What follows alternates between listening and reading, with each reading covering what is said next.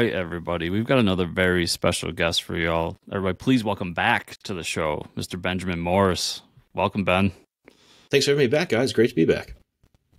Yeah, I'm glad I'm here this time because, Chris, we get a lot of like books coming through here, and Chris and I will chat about them, obviously. But we are Scarlet Twilight is something that Chris always finds a point to talk about in the show, and has always said it's something that there it is, the hardcover, something that I would enjoy because of my I like the noir stuff. I like old school golden age superheroes. So I will be catching up on that and supporting the new Kickstarter we'll talk about in a second here. But I think for me, Ben, and for maybe some of the new fans and stuff, do you want to talk about just that project in general and like how it came about? Yeah, sure. So We Are Scarlet Twilight is kind of revisiting the golden age comics and the pulps from the 1930s and 40s, just the early stuff.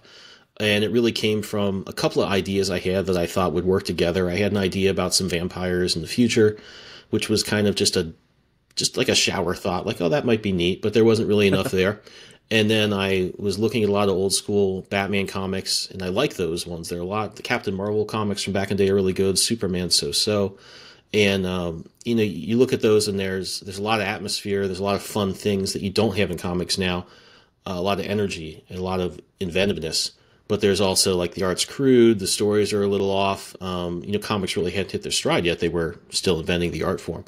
So I thought, it would be cool to take some of these things we don't really do in comics anymore that you see in the Golden Age comics, bring that up to today's kind of standards in art, and then find another story to graft onto that is a little postmodern, but also has good action, is sort of, very earnest. I'd say it's an earnest story. It's not like a comment on, oh, this was bad back in the day and it wasn't everything you thought it was.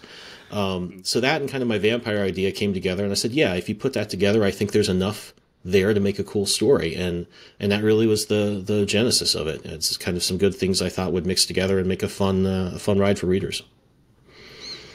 Nice. Yeah, and I remember when I first discovered the book, and Mike, this will come to shock you of why I enjoy it so much. It really combined, like you said, a cool vampire story, and I felt like while it had that pulp and that old school superhero vibe, it also had a very Captain America vibe, where man lost in time, and he was a patriotic figure, and all these things that really worked together. And I remember you telling me in the past about the inspiration from those classic Captain America books for this as well. And you can see a lot later on in the series. I don't know if there's a question there. I just want to say that. Sure. Yeah, no, it really was. And that was something when I mentioned I wanted to make it earnest, I think so many times when you revisit the old stuff, I think there was an Airboy comic a little while ago that was kind of like, it got lurid. Alan Moore gets that way with stuff. Not obviously Watchmen's fantastic and I love it. But a lot of times when you go back to this stuff, it's like, oh, look, the guy was really a drug addict, or, okay, cool. Mm-hmm. Yeah. I'm not that into that. I don't really like stories like that, or they don't stay with me. I don't want to revisit them, even when they're well done in a lot of ways. So I wanted to make it earnest. And I think when you look at the patriotic nature of all those old comics, being as they happened in the build up to the war and during the war, every hero was super patriotic. And there was a lot of Captain America stuff, that, especially as the story went on, and the Band Out of Time thing completely, I'd never thought of that. But of course, that's a huge part of the story. It really lines up with Captain America. And then the sort of the idea of it was that this guy was a pulp hero. He had some dark elements, but he also was a Captain America type person. He was very do the right thing, very don't take shortcuts. He wanted to be that guy. And I do play with a little bit in the first story. Is he really that guy? Is he not? And Captain America, especially the way they've handled him, the way JMS would write him, the way some of the really, I think Gruenwald would write him in the 80s, definitely was sort of the voice of the character a lot of times when I was kind of just writing his dialogue and stuff. And I mean, you said something when we were first talking about Scarlet Twilight, that the old school comics, especially Batman, captured was energy, right? Like high energy, and I feel like we don't see. I think Chris and I talk about this quite a bit now. Is like comics don't have heart, quote unquote, or like I don't know how else to describe it, or like but like I think energy is a good way to describe it. Like you're reading it and you're like, oh yeah, this is like peppy, or like it like you almost go from page to page, and you're not like it's not like sucking your soul to like flip the page. You know what I mean? Like sometimes things are like you said, Alan Moore's newer stuff, and like man, sometimes it's just so heavy turning page to page. But like, and I have to think your art style helps with that too. That classic like it fits very well for like a noir style setting.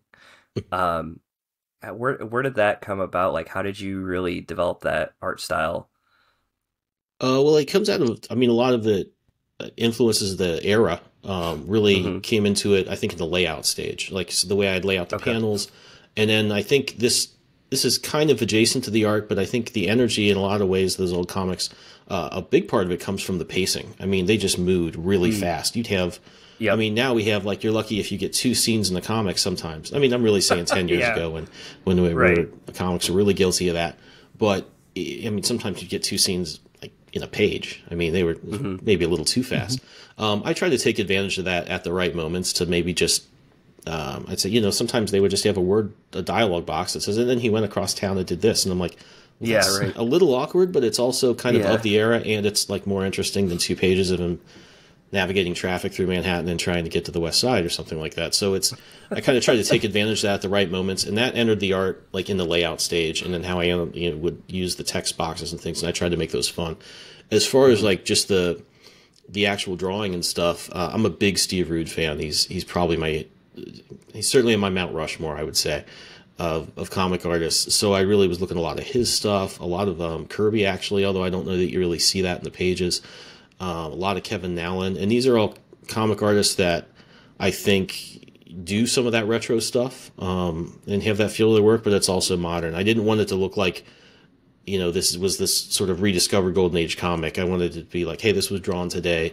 This has some of the color sophistication you expect in a comic today, but really brought in a few of those elements. So it was kind of just drawing. And when I talk about kind of being influenced by different artists on different stories, to me, it's not that big a deal if I have a bunch of cross-hatching in August that's kind of more reminiscent of Jim Lee, and I have maybe some more shadowy stuff that's a little more Steve Rude or Kevin Nowlan or even Mike Mignola in Scarlet Twilight. To me, that's almost like that's the stuff you do at the end. It's just the shading. It's not that big, but it is kind of one of the most, I think, standout things as to a reader. So that it's kind of a matter of, you know, I make my layout choices, my color choices, draw the thing. And then how I render it for Scarlet Twilight would obviously be a little simpler, maybe a little more brushy than I would for August or some other comic I do, which is a little more 80s or 90s inspired. So that's kind of where the influences come from, is those guys that I think have a really good mix of, it feels like it could be harken back to the Golden Age stuff or the Silver Age stuff, but also doesn't look like, oh, this is old art, this isn't as dynamic, this isn't as fun, this isn't quite the sophistication that I'm used to from a comic today. Yeah, it's funny because I've been reading a lot of like older comics these past like year or two, and even going back to some of my favorites like Rom the Space Knight from the '80s. But I just actually picked up like Aquaman. DC Finest just did the Aquaman King of Atlantis book that I just picked up, and I'm like flipping through it. I haven't really sat down and read it all the way, but just seeing stuff, and it's just like I'm on the other side of the ocean.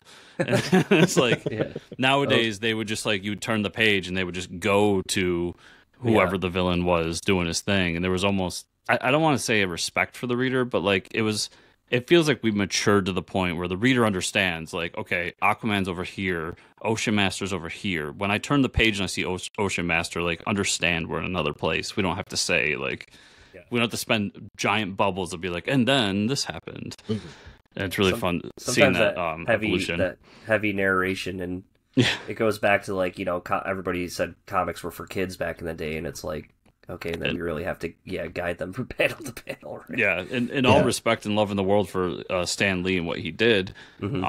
But, dude, some of that writing, that early Marvel writing is rough to get through. But it hits you over the head for sure. It does for sure. I got a question. Are you a big fan of the Phantom? Or any, like, the movie or any of that character? Because I almost see that a little bit in your character here with the, like, the guns and the mask and stuff. Oh, did you say the Phantom? Yeah, the Phantom. Yep. Oh yeah, okay, it cut out just at that Yeah. second. Oh, sorry. Yeah, the Phantom. Yep. No, I yeah. thought I was hoping I'd put it together from the rest of the sentence, and I mostly Yeah, didn't. yep. Sure, before I ran off on some story about the Phantom, like, dude, I was asking about Flash Gordon. Thanks. Yep. But no, actually, the Phantom was a big influence in a few ways. Mostly the costume stuff.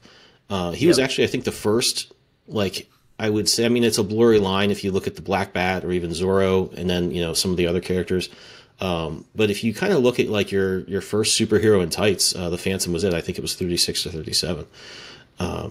And I did like a lot about his look, which is, like, specifically the mask.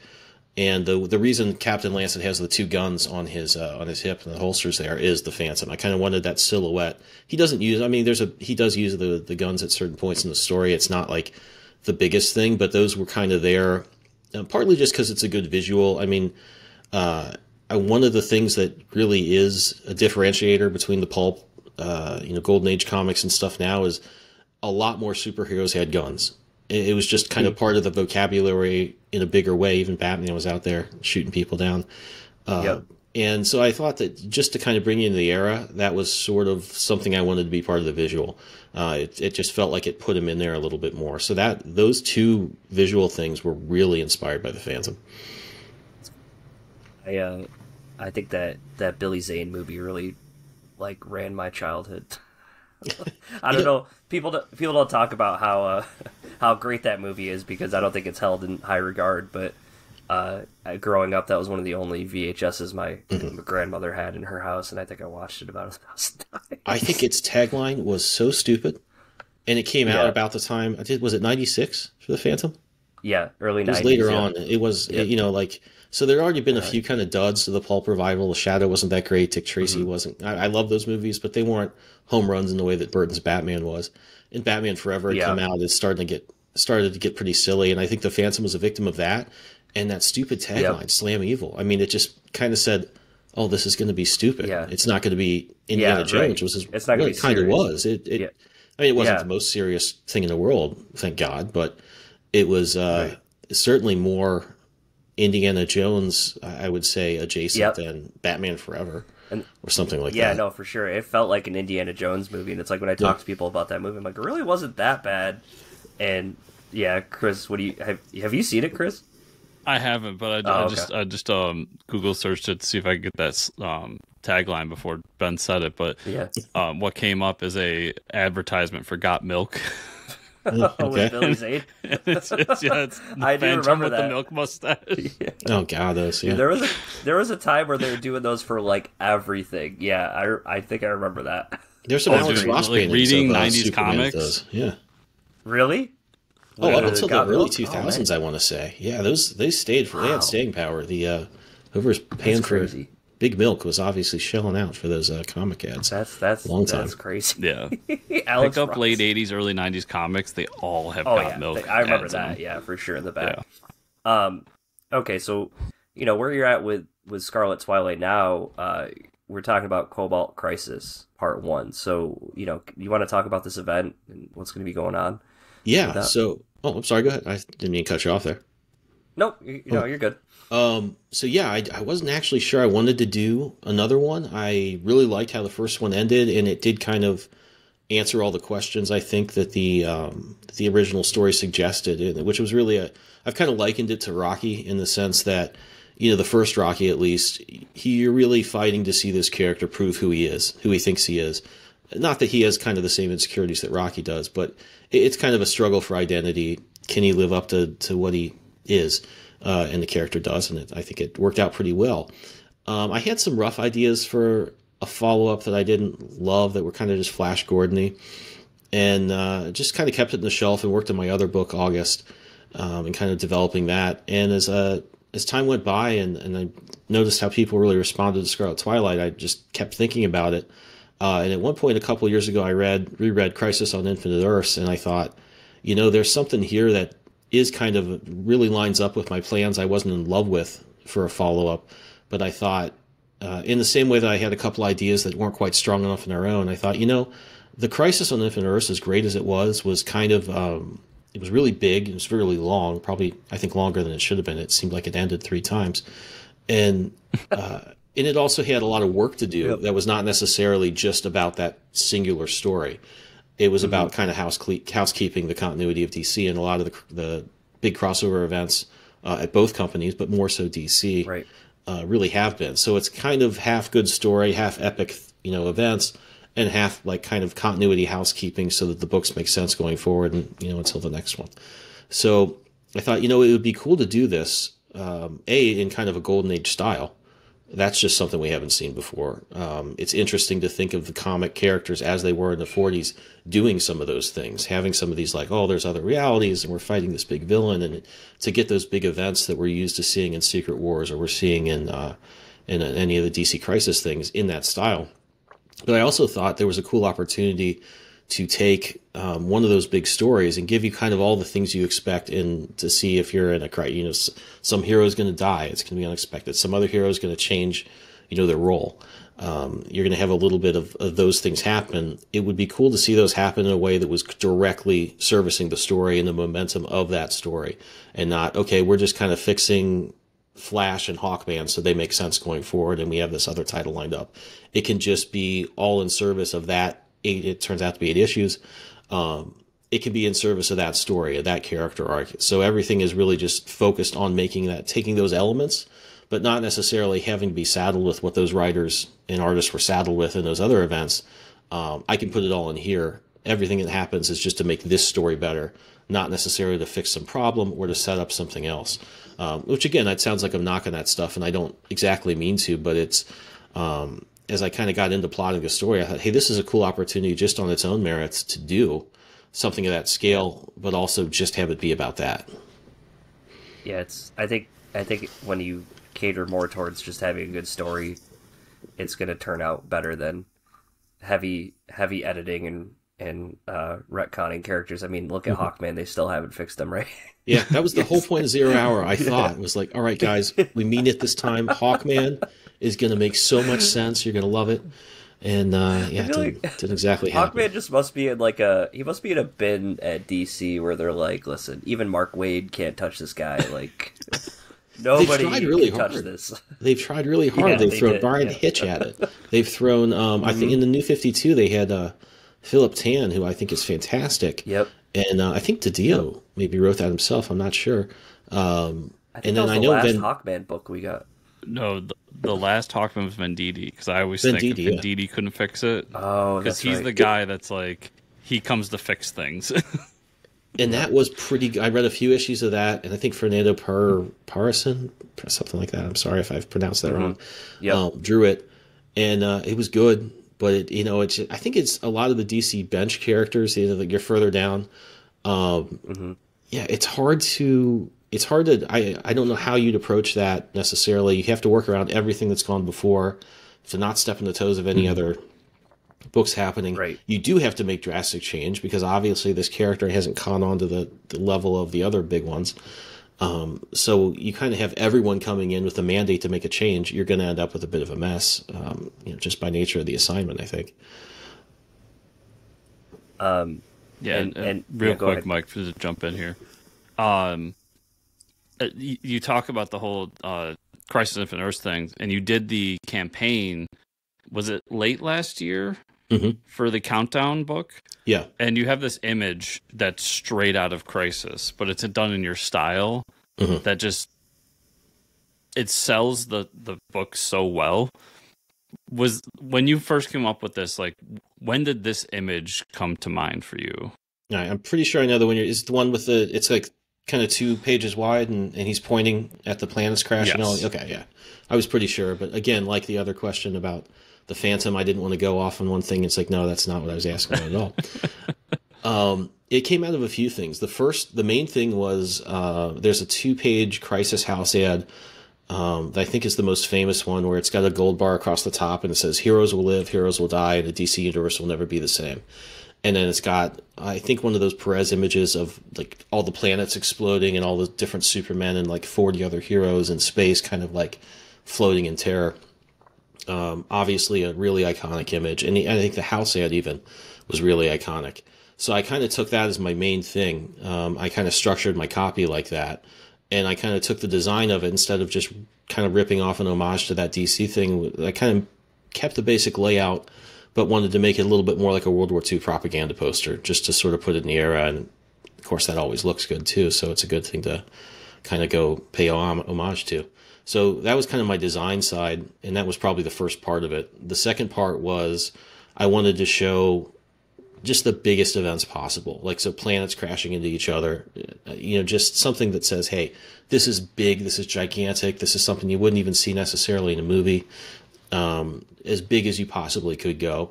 I wanted to have Captain Lancet like pointing, and he's really, I hope, pretty dramatic, and he's yelling. He's kind of obviously leading a bunch of heroes in the battle. And then, of course, I wanted to show a ton of heroes behind him, kind of swooping in there. And my real touchstone there was Alex Ross has drawn a lot of images like that, where you just see Superman or Captain America in the foreground and sort of a wave of heroes behind him flying in there. And I thought just the visual of that thing, I hope, was exciting enough in terms of just what we are seeing on the page, but also, the idea that we're going to see all these other superheroes that have a real 1940s vibe to them, have that kind of JSA look, I hope sells the idea. So yeah, it's going to be like these other books you've read, but it's going to be done in this style, which is a new thing. It's going to be its own kind of contained universe, which is its own thing.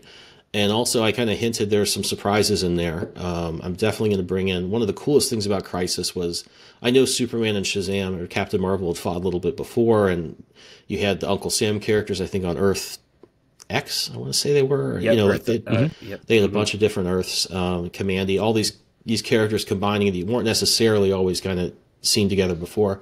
I'm going to try and find some of or I have, brought in some other characters that I think are going to be really fun surprises that you wouldn't expect to see here, that I think are homages to that. So the end of the first issue, you see some characters come in that I'm really hoping you weren't expecting, but when you see, you're going to think, hey, this is going to be really fun to see them go fight or team up or whatever they end up doing. But also, I think you're going to be surprised, but also oh, of course, I see why didn't I not see that coming? Which is, I hope, what everybody thinks. So yeah, I'm really pumped to bring some of those things in. Like I said, that if you take all these things that were in Crisis, that were in Secret Wars, doing them in a different way, just that was enough of a fun thing to do. I think it hasn't really been done in this way before, and I think it's going to be really fun. Yeah, and I'm sitting here looking at it, and I see this little thing in the corner that says back indie books and creators for victory. And then you mentioned that it was like a World War II propaganda was part of your inspiration there. Have you ever thought about doing like a propaganda poster as like an add-on or something for one of these books? Yeah, actually, if you, I don't know if you've gotten your digital yet from the one I did last year. And just to back up a little bit, I did a book late last year that was either a 24 or a 48 pager. And it was kind of a direct homage to just your every month issues of these old comics. You'd have a main story with your main character, and you have a backup with maybe 3 or 4 backups with different characters from that universe. And so I wanted to do that. I had an alternate universe Captain Lancet. I had a public domain hero. I had a short prose story with some illustrations in there. A different hero in the universe called Ace Falcon. And that was intended to be both like Countdown to Infinite Crisis, which I really loved back in the day, and also just like those old comics. That one, if you got the deluxe, does have kind of a propaganda poster in it featuring one of the speedster characters I'm doing. I'll have to... That's actually in one of the Dropbox links I just sent you guys. But yeah, I definitely thought about doing a poster. I don't know if I'd want to do a campaign that is an add-on, because it just is so tough to ship posters to backers and so expensive. But I would love to do that. Those are design elements that I think everybody loves. They always work. And it really ties you into the era too. If you look at any of those old comics, especially, after the war, the U.S. entered the war, everything was stamped with, even if it was a cover of Batman fighting the Joker, you'd have like buy U.S. war bonds, back the 5th war loan, take your tires down to the thing so they can melt them, and, don't use extra metal. We need them for bullets. There was always messaging like that on those covers. So I thought making that little badge was just a fun little thing to put on there. Probably going to use it on some of the covers for the ongoing series too. So yeah, just anything I can do to throw some little thing in there that A, looks cool, and B, just reinforces the golden age vibe of it. I'm always looking to throw in. I think it's a really cool idea, and I mean, I know it's just the pre-launch page up now, but can you talk a little bit about, stuff that you would be offering? Do you have any specific ideas for stuff when the Kickstarter's out? Yeah, so it's going to be mainly just the issues. I'm going to do this campaign that's coming up is going to be issues 1 and 2. There's going to be 8 total. Mm-hmm. So it's going to be basically 1 through 4 is kind of an arc, and then 5 through 8 is kind of an arc. I'm going to do the campaigns 2 at a time just so the shipping's a little bit more manageable for everybody. I'm going to have the first issue done by the time I launch, so anybody that backs, if you message me, I'll get you the PDF, the digital version that comes with all the tiers, same day. I really want, and the thing I'm doing here is I don't want to do necessarily this campaign a lot of add-ons. I want to keep it focused on the book and keep that page kind of simple, not to have to wade through 20 different options in the little Kickstarter sidebar that has the tiers. But what I'm trying to do that's a little different is I want to have a digital ready to go that day, at least of the first issue, so that you do have a little bit of that experience when you go to your comic shop on Wednesday. You can read that book in the car after you get out of the store. I want to have something that you can get right then, just to make it a little bit easier to make that decision to back and hopefully get you excited about the book. The other thing I'm going to do with this is I want to make the updates a lot more like being an editor of a comic, which is to say I want to get a lot of artwork to people every week. And that's something I'm really going to make a big part of my pitch for this campaign is I've read one thing over and over again with editors and writers, even on other Kickstarters, is just how cool it is to get pages from an artist with your book. Even if you're just part of the team, it's fun to get that. And I thought that's something I can offer. There's a lot of things with crowdfunded comics that we can't compete with the big two. We don't have those characters. We don't have the shops carrying our books. That it's not as easy and painless. And obviously we can't compete on cost with the big two in the shops. What we can do is find different ways that are fun and build community and give you something that is ongoing, that you feel like you're a part of. So that's definitely something I'm going to really play up this time is I'm going to try maybe even offer the book in progress. So I'll be working on the second issue by the time one launches. I'll have like my rough laid out book there that you can read if you want to spoil it. And you can just see each week the pages get filled in. You can see there'll be black and white when the black and white page is done, the letters get added. I really want to offer people that if they want it, just to kind of give you something you can't get from your big two comics at the shop. I mean, I think that's something we have to be cognizant of is, can we compete on cost and scale with the stores that are in the shop? Well, not really, especially with Diamond, going through what it's going through. That's going to get even harder. But I think that as indie creators in the crowdfunding space, we can say, okay, what can I do that you can't necessarily do if you're working on a Star Wars or a Batman book? I could send you preview pages. I could make you feel part of the process. And I mean, actually, one of the things I am also excited I'm going to offer is because we have so many heroes in this book, I'm going to give a few people a chance to kind of put themselves in the book or someone they know in the book and collaborate on designing a costume for them. So obviously with the caveats, it needs to look of the era. If you wanted to have a Cable-looking character with tons of guns and pads, this is probably not the venue for that. But although that, it might be fun to find a way to make that work and look 1940s too. But I want to give people as much as I can in ways that I can do it that makes sense at the scale of just one guy with his laptop making comics can offer, as many fun things as I can do that hopefully just make people feel like they're a part of the book. As I think it's going to be a fun story that people are going to want to read each next issue. I think we have a good, I have it all written out, basically in outline form in my Excel sheets, have the first issues dialogued out. I think it's a well-paced story. I think people are going to like really following along with it and kind of guessing what happens. So hopefully people want to jump on board with this. Yeah, that all sounds like a great idea, and you're right. Like, you have to try to make this an event of some way if you're an indie creator. You can't just throw it up there and expect people to show up anymore, especially with how printing has gone and all that stuff. It's insane. Yeah. For sure. Yeah, so it's currently in pre-launch. Can you talk a little bit about the importance of people following the pages ahead of time and what that does for you in terms of the campaign as a whole? Does it help, or is it just a whatever? I think it helps. I think that it is a really good bellwether for, when it's time to launch, if you've gotten your word out enough. I mean, I think that's almost so obvious as to maybe not bear mentioning, but I've noticed when I had to do a kind of rush, I wanted to do a campaign last year on Kickstarter for the August hardback that Chris, you got from Zoop. I wanted to get more of those printed up because of some of the timing issues that went into having the first book produced at Zoop. I had to do that a lot later than I thought I would, and didn't have a lot of time to promote it with the pre-launch, and it didn't do very well. I just didn't have enough time to get the word out there. And I think with an indie book, if you don't have a big following, if you haven't worked on Batman before, and you don't have a big name, you're not a YouTube star or something, you really need to get out there and so to speak, knock on doors with a new character every time out. I think the pre-launch is really important to know when you've done enough of that.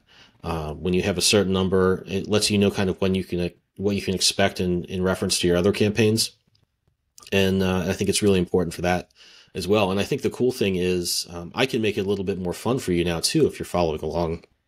So I can put a lot more artwork in there. Now Kickstarter's updated the pre-launch page. Right now I just have one image in there, but they've kind of given you the ability to throw a lot more story and artwork in there as you scroll down. So hopefully I have some pages I'm going to throw up there pretty soon when I get them lettered, and just give a little bit more of the flavor of the book for people that want to check it out. And so I hope it'll be cool for people to visit, see a little bit more artwork about what's coming out.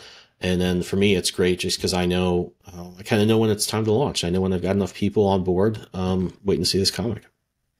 That was a great update Kickstarter did, because it really, when you go to some of them, it's just this blank page with one image. It's tough to tell what anything is, but when you're able to add a little context to it, it makes me as a customer want to follow them more, knowing that like this is what the book is, what it actually will look like. Yeah, and there's so many. I mean, not to knock on anything else, but there's a lot of books. Not so much anymore, but I would say like 2 or 3 years ago, you'd have like they'd hire some great artists to do the cover, big 2 artist, or just somebody online that's fantastic, and then the interiors would not really live up to that. And I think there's a bit of wariness on backers' part, understandably, with that stuff. So it's nice to show a few interior pages to be like, because I do render my covers out a little bit more than my interiors. Not like an Alex Ross level of rendering, but just a little bit more. And I think that's the way I want it to be. I want the covers to have just a little bit more oomph. But I also want you to be able to see the interiors and be like, this is good. This is the same artist. This is fun stuff. I'm not going to get some scratchy black and white, interiors with this cool cover. Yep. I think it's, it all sounds great, and I can't wait for it to launch. Do you have an idea when it's going to be up? I think we're going to launch it. I'm thinking probably mid-November. Or November. Okay. It's been a long day out here. Mid-February. I want to I want to get a certain amount of pre-launch followers, comparable to what we had last time, and then I also wanted to have the first issue just totally in the can, so that's something I think I want to always offer in my campaigns is if I could make it automatic, I would, but since digital's offered with every tier, I want you to be able to read that digital. Like if you back 1 and 2, you're only gonna be able to read 1 right away, obviously, but I want you to be able to get something right away if you want to read it. And so right now it's just you just message me and I'll get it over to you. Maybe in the future Kickstarter will have a tool where just the digital part automatically fulfills when you back, which would be fantastic. I was a little worried that people might like read the digital and say that just back digital and like cancel the pledge, but I trust backers, and I didn't really see any of that at all. And I think especially as a small creator that's trying to build an audience rather than somebody that's sitting on Mount Olympus with some giant audience already, you have to, the crucial thing is to get your book in front of people, not like they're going to steal this or somebody's going to screw it. Like you just got to get it out there. That's the most important thing. That's anything I can do to just like, if other creators are having indie bundles, they want digitals to go along with their campaigns. I'm like, I want to pack that book up with the PDFs I have with a lot of stuff. I just want to get as much cool things out there in front of people that might be interested in it. And I think when you're a small creator starting out, that's the name of the game. Yeah. And I've seen, not only have I seen your book, both of your books, on many other Kickstarters as like digital bonuses, but I've also seen you doing a lot more cover work for different campaigns as well throughout. So it seems like you are doing a really good job of getting notice. And I hear the same thing. People like talk to me about different campaigns. They go, "Oh, that cover there," and I go, "That's Ben." It's usually the Ben book that they're like, "Yeah, that's the cover I want to get." So it's really cool to see more people noticing you, at least in my little sphere. Nice. Yeah, no, that's nice to hear. I love doing covers for other creators, especially. Actually, I just did a cover for somebody who is using a public domain character that I may or may not be using in Cobalt Crisis in a different context. But it was cool to just do one of those characters, like the actual character, how they looked, back in the 40s, for somebody else's book. I've been doing some books or some covers for Charlie McKelvey for his American Yakuza series. He works on with Stokes the writer and a great artistic team. I've done some books for Travis's Granite State Punk. Did a wraparound cover for Nandor Fox's Man-Child book, which is really fun. So it's just been a bunch. That it's always really fun to, also just to collaborate with other people that are doing the same thing is always a fun thing to do. So, really, really enjoyed having done that. Yeah. And just to kind of wrap it up, because we spent the whole time, but we are Scarlet Twilight, which is an amazing book. Everybody should go out and check it out. But you also have another series you did. I know you published it with Red 5, I believe the publisher was. And then you recently did the hardcover for the collected edition, which is August, your kind of space opera book. So I guess at first, like, what is that book for people that may not know? Real quick synopsis of it. Yeah, so August is basically, in the same way Scarlet Twilight is a combination of kind of the things we're used to now in 1940s, 1930s comics. August is kind of the same approach to 80s stuff, which is to say, Star Wars, the Transformers, and then, the way comics were at that time and the way they were in the early 90s. So it's kind of it's a space opera that revisits that stuff with just a slightly different viewpoint. It follows a kind of Luke Skywalker-esque hero after a huge galactic war, where he's played a big part in resolving the war, but it's been a little controversial. So it's him kind of fighting some old and new enemies while dealing with the controversy that surrounds him. So it's kind of like taking your Luke Skywalker type character, that archetype, but after the big events. What does he do to move on? Do some people hate him? So it's really what happens to this character after, that cartoon series ends.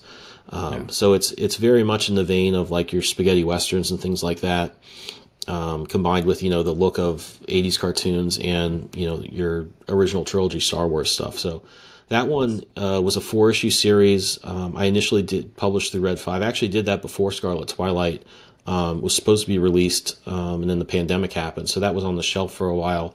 We eventually did the hardcover with the Zoop, and then tried to do a Kickstarter. But I have a lot more planned with that character. After this 8 issues of Scarlet Twilight, I'm going to do another August story. The initial story called Purgatory Underground kind of takes place when the character is in his 20s. Obviously, it's in the distant future, in kind of a Star Wars-esque universe. So this one takes place at in his mid-20s, at the sort of beginning of his life. And then the next book is going to be sort of the Dark Knight Returns story for him. And I have a lot of stories planned in the middle, but I thought it would be cool to have told the beginning and the end and set up some things that you can expect to see in the middle stories that I think will be fun, just to drop those breadcrumbs in a different order than we're usually accustomed to seeing them. Sounds awesome. Yeah. That makes sense in the comics world too, because you look at Star Wars comics. That's all. Like when I'm reading Star Wars comics, that's what we're reading.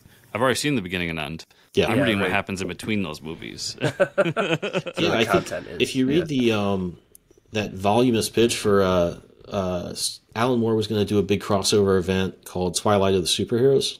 Have you ever read that? The big thing he kind of wrote to DC. Ago. Yeah. He had a really good take on that I thought was smart. I think they had just written, it was, I think just after Dark Knight Returns had come out and been successful. So he's saying, let's do that for the whole DC universe. And a lot of these elements, I think, have been kind of recycled and found their way into Kingdom Come. But he had the viewpoint that this is a possible future that's kind of just out there nebulously for the DC universe if they had done it, which of course they didn't. He thought it's going to be fun this is a great way to just, writers can opt into it if they want. They can drop threads. Right. Like, maybe Batman or Green Lantern is going to do the things that led them to the point they are in that story, that sort of dark future. There was a great tension there. It's like you could play with that stuff without ever necessarily saying it's going to happen, or isn't going to happen. You can just have that there as a possibility and kind of tease the reader with elements of it. And I thought that's really cool. And I think a good way to, I think a lot of times you write the people would pitch these stories like, well, this will just be the end all of this story element. Of course, the next guy's going to come in and change that for his own. And thinks he'll be the last one. I thought that was a cool way. It's like, hey, this is always in flux. Let's play with the fun of that. And that's really what inspired me to do that. In addition, there's also, when I first started reading Batman comics, I didn't start with Detective 27 and work my way through, of course. I read a few comics from Walmart that referred to Jason Todd having just died. I had to go figure out what happened there. And then I'd read, a couple of kids at school had Dark Knight Returns. So we'd take turns reading the issues during lunch, even out of order. And so I had this idea of what happens to Batman. Then a little later, I read Year One. So you're really jumping around. And I think one of the things that was cool about that era of Batman comics is they were hinting at things that happened in Dark Knight Returns. The continuity wasn't super tight, but they were having a lot of fun hinting at those things maybe happening down the line. So which is cool. When I looked at I had 4 August stories planned. The first one was Purgatory Underground. And then I have 2, 3, and 4. 4 really kept calling my name as far as having ideas for it and visuals and, how I wanted to draw it and things like that. I was a little more excited for it. And I thought, what if I just did do that? And I kind of thought about how that would affect how I do 2 and 3. And I thought, actually, this is all cool things. I definitely want to do it that way. So that was kind of the inspiration. And I thought this makes a lot of sense to do. And that's, I think, kind of ties into how I'm doing Scarlet Twilight, which is, what if we do this type of story, but with this type of, imagery, these types of characters? Having never seen that done before, I try to find a different viewpoint on these things, because I think we do want, if you look at what's popular, just in the last few years, but always in comics, you want something that's kind of familiar, but you don't want to just read the same thing over and over again. I think, and that's something I think it's really important when you look at the amount of changes some of the characters have gone through the last couple decades and how people have responded to that positively and negatively. I think it's really important to be cognizant of what the reader wants from this comic and what you've promised on your cover and your sales copy and your elevator pitch sort of, and making sure you deliver on that. And I think when you are talking about an Iron Man comic, I think there's a pretty good idea of what an Iron Man reader wants to read. Not that you need to give them exactly that, but when you do change it up, it needs to be in an interesting way that would be appreciated by somebody who wants those things, and not say, oh, you wanted a cheeseburger, but I got you a really good salad. Like, well, I wanted the cheeseburger. Yeah, I like the cheeseburger. I think you have to have a kind of different cheeseburger, maybe. It's a strained analogy, but I try to think about my stories that way. I know that a lot of the books that kind of lean on the 80s stuff are doing really well. I like that stuff too. And there's some visual elements of that I haven't really seen used yet that I thought would be fun to do in comics. And I thought, okay, that's cool. I want to do that. But I do want to do it slightly askew in terms of the viewpoint. I want to give you everything you could want if you see that cover with those visual elements and the references I'm making that kind of sell the book. If you like those things, I want to make sure you're going to get everything you wanted from that. You're not going to see something, well, actually, that thing you like sucks, and I'm going to tell you why. I want to give you everything you signed up for, but I want you to say, oh, it was cool because it happened in this different way.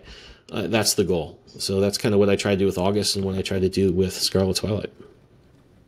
And is it safe to say, as a kind of a wrap-up question, that all these past issues, both August and We Are Scarlet Twilight, will be available in the next Kickstarter, either digitally, physically, for people to get? Yeah, I definitely always have the digitals as add-ons for anybody who wants to catch up. Obviously, the library is getting a little bigger, so I have to structure it a little differently, but I'll probably just offer a complete catch-up tier for every book as we go forward. And then maybe individuals, if you caught up with 1 through 4 in the first one, and you really but you missed the countdown for book, we'll figure out a way to do that. The physical copies are always available at red5comics.com. They'll ship those out. I think it's $10 shipping, and you can get all the first issues of those that have been published. And they're also available in Global Comics, so anybody can read those at any time. Just heading over to any of those sites. Awesome. And if our listeners, viewers want to like follow you, Ben, and all the stuff you're doing, where do you want to send them? Any social media handles? Or yeah, I am on Twitter at Benjamin W. Morse. Let me make sure of that, actually. Yes, you are. Yeah, okay. I'm trying to remember. It always fills itself in. And you don't type it, and you forget what it is. But yeah, that's my that's my Twitter. You can find Facebook pages for We Are Scarlet Twilight and August on Facebook if you search for those. And you can find all my comics if you go to Linktree /August Comic. It'll have links to everything I got going on, current campaigns, places you can find books printed, places you can find them digitally. Just go to Linktree August Comic, and you'll find it there. Great. And to everybody out there watching or listening, as always, check the show notes down below. I've got links to the Global Comics page for you, so you can check out both these series, and also to the Kickstarter page where you can follow it. So when it does launch, you're there for it. Ben, it's been such a pleasure, man, catching up with you today, and I'd really look forward to the next time. Absolutely. Thank you so much for having me. I'd love to just get in here and talk comics, so it's been a blast. Awesome. Yeah, thank you.